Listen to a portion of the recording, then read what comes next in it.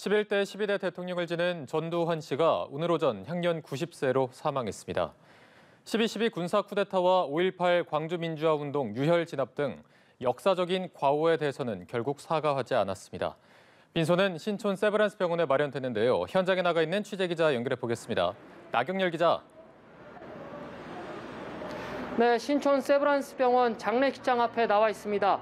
3시간 전쯤이죠. 오후 3시 반. 전두환 씨의 빈소가 이곳에 마련됐는데요. 우선 이곳은 많은 취재진들이 몰리면서 굉장히 북적이는 모습입니다. 이영일 전 의원과 하나회 출신 고명승 예비역 육군대장 등 5공화국 당시 인물들이 빈소를 찾고 있지만 주요 정치인들과 일반 조문객들의 발걸음은 많이 이어지진 않고 있는 모습입니다.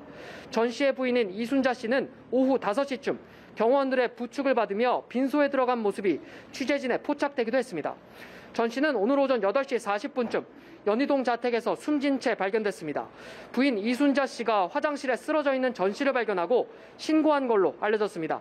민정기 전 청와대 공보비서관은 생이 끝난다면 북녘땅이 보이는 전방의 어느 고지에 백걸로 남고 싶다는 고인의 유언을 공개하기도 했습니다.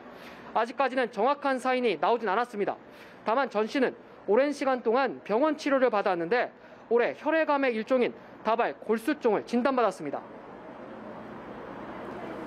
전 씨는 5.18 민주화운동을 유혈 진압한 책임이 있는데 마지막 순간까지 사과 한마디 남기지 않았습니다.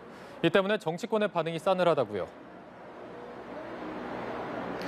네, 그렇습니다. 전 씨는 1980년 5월 민주화운동을 벌이는 광주 시민들을 총칼로 진압한 무거운 책임이 있죠. 하지만 그는 사죄 단 한마디도 남기지 않고 오늘 눈을 감았습니다. 역사에 심각한 과오를 남긴 그를 추모하는 발길이 뜸한 까닭일 텐데요. 박경미 청와대 대변인은 브리핑에서 전두환 전 대통령의 명복을 빌고 유가족들의 위로의 말씀을 드린다면서도 끝내 역사의 진실을 밝히지 않고 진정성 있는 사과가 없었던 점에 유감을 표한다고 말했습니다. 박 대변인은 청와대 차원의 조화와 조문 계획은 없다고 밝혔습니다. 민주당 이재명 후보는 전 씨를 두고 광주 학살의 주범이라며 마지막까지도 국민들에게 반성하거나 사과하지 않고 이 중대 범죄를 인정하지도 않았다고 말했습니다.